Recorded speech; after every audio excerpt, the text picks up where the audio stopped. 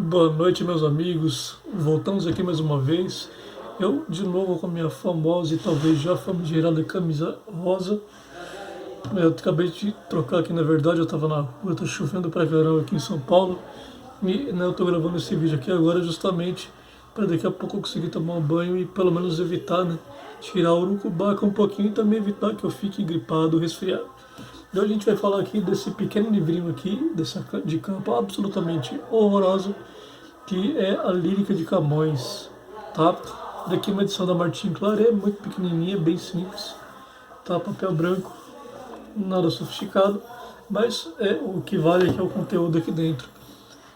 Vamos ao autor, né, Luís Vaz de Camões, esse autor máximo da língua portuguesa, um dos fundadores, um dos pais da língua portuguesa.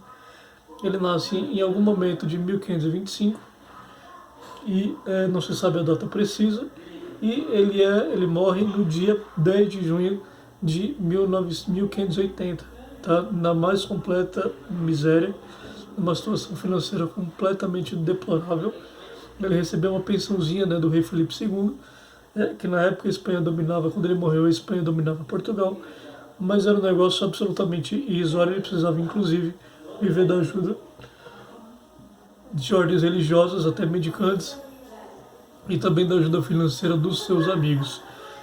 Camões, né, ele tem, se eu não me engano, ele tem um tio que era monge e professor da Universidade de Lisboa, e ele tem, né, uma educação, né, na infância muito esmerada, né. Ele vai para a universidade, se eu não me engano, para a Universidade de Lisboa, né. Eu não me lembro se ele chega a se formar ou não, mas assim, pela erudição que ele mostra tanto nos Lusíadas quanto, né, né, no caso na lírica, né, que é toda a sua poesia, e aqui mais especificamente aqui nos sonetos, você vê assim que Camões era um sujeito, né, que leu muito e lia muito bem, e era um sujeito realmente erudito, principalmente levando em conta a época, recém-inventada a imprensa, enfim, menos de 100 anos da invenção da imprensa.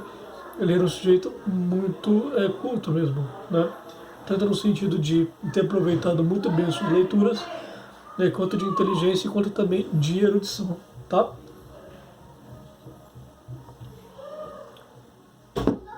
Camões ele começa a escrever no final ali já na adolescência, início ali da vida adulta, que tem uma das vidas talvez mais extraordinárias da história da literatura em língua portuguesa, né? Ele foi soldado, ele foi marinheiro, soldado, lutou, enfim, por Portugal, navegou por Portugal, e daí também vem a sua experiência, né, para escrever os Lusíadas. Disse inclusive que Camões era primo, né, de Vasco da Gama, e, né, os sonetos ele vai escrevendo ali ao longo da vida. Pelo que eu sei, não se tem assim, né, uma precisão de quando a quando foi que ele escreveu esses sonetos.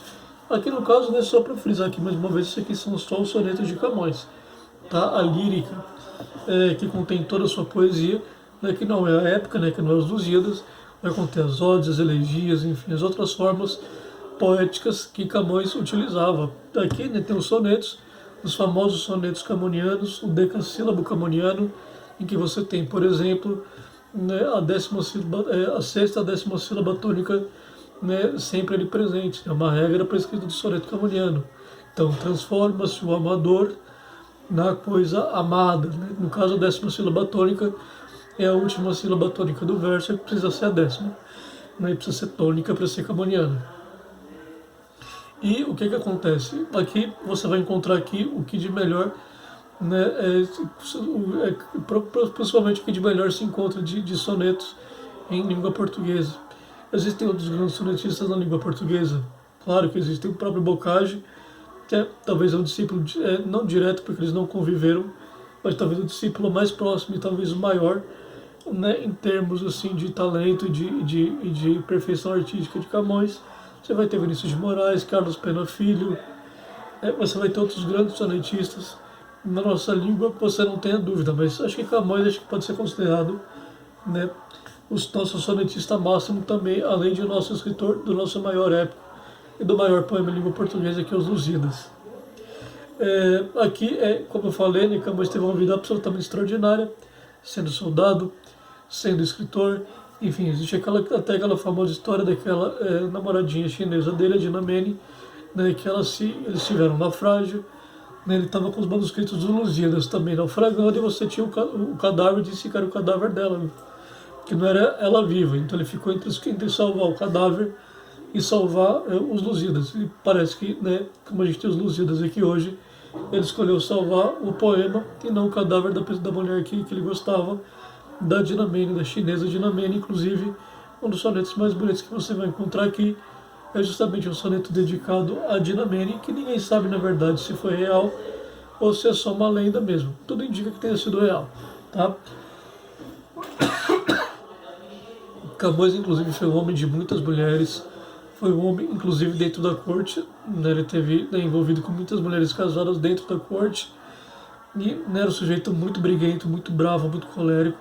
Inclusive, ele foi, né, degradado, ele foi exilado para Moçambique justamente porque ele esfaqueou uma pessoa no dia de uma procissão de Corpus Christi, que obviamente naquele período ali, principalmente no período da Inquisição mais forte ali em Portugal, você fazer algo desse tipo, né, você esfaquear alguém no dia de uma festa santa, como era de Corpus Christi, era absolutamente imperdoável.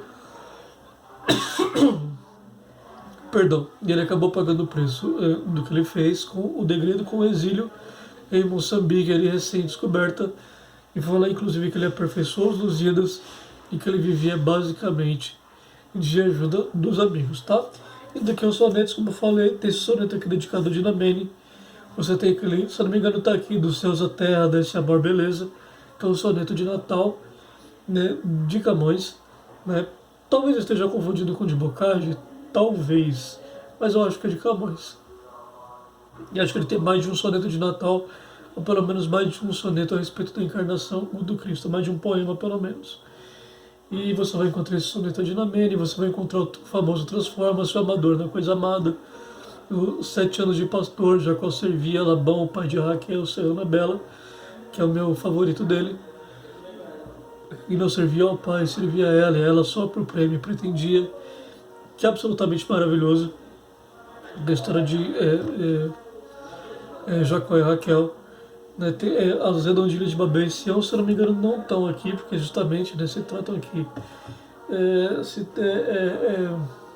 não me engano, as redondilhas são maiores, são uma outra forma poética que ele vai utilizar. Talvez eu esteja enganado, às vezes a minha memória, né, confunde, né? Como, por exemplo, acontece com esse poema aqui de Natal, que eu não me lembro se é exatamente do Bocage ou dele. Mas enfim, né, caso você não conheça as redondilhas de Babel e Sião, e caso elas não estejam aqui, faça-se o favor de conhecer, porque é um poema absolutamente maravilhoso, tá? Muitos consideram, inclusive, o melhor poema dele fora os Lusíadas. E, assim, isso aqui é incrível. Se você quiser ter um primeiro contato com a poesia de língua portuguesa, vale começar por aqui, pela lírica de um modo geral. Eu sei que eu falo isso para muitos livros, né, para Manuel Bandeira e tudo mais, mas aqui realmente é um caminho muito seguro e provavelmente caminho utilizado antigamente, né, na educação dos séculos, né, metade do século XX para trás aqui no Brasil. Né, já que Camões ele termina ali a sua vida em 1580, o Brasil foi descoberto em 1500, né, e, enfim, já é um poeta canônico para a gente aqui praticamente desde sempre. Né, e isso aqui, essa edição aqui da Martim Claret é coisa facílima de se encontrar, tá? Você encontra isso aqui a, sei lá, 5, 10, 8 reais por aí, e a lírica completa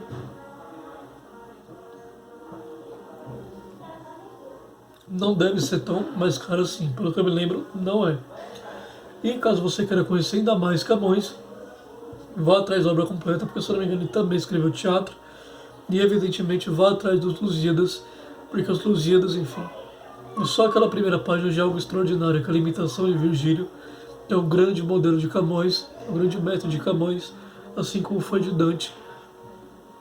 Né? Inclusive, existem indícios dos Lusíadas, segundo gente, né, eu não li os Lusíadas inteiro, né, mas eu pretendo ler, obviamente, né, gente que lê os Lusíadas em profundidade, que eu sei que tem inteligência, tem erudição para isso, né, tem conhecimento para isso, de que nos Lusíadas ele dá indícios de ter lido Dante, né, de que realmente ele queria mostrar que ele tinha lido Dante. Inclusive, né, como eu falei aqui, Camões era um sujeito de uma erudição assim, fora do normal.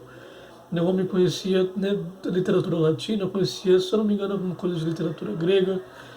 O homem conhecia a literatura do seu tempo, conhecia astrologia, astronomia, enfim.